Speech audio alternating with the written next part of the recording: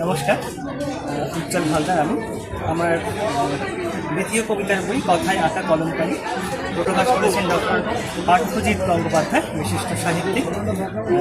কবিতার বইটিতে একেবারেই ছোটো ছোটো কিছু কবিতা দিয়ে বইটি সাজানো হয়েছে।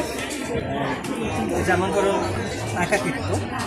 বসন্তের শেষ পাতাটি এখনও রয়েছে ডালে, পাতা বন্ধুরা তাকে স্বার্থপর ভাবে, অথচ কি ভীষণ একাশী। আপন কথা, সবার কথা ভাবতে ভাবতে পাখিটি একদিন মরে গেল। সৎকারে এলো কয়েকটা পিঁপড়ে, একটাও পাখি এলো না। এমনই কিছু কবিতা দিয়ে সাজানো হয়েছে বইটি। আপনারা পড়ুন। যারা কবিতা ভালোবাসেন বা ভালোবাসেন না, আমি আশা করি সবেরই বইটি খুব ভালো লাগবে।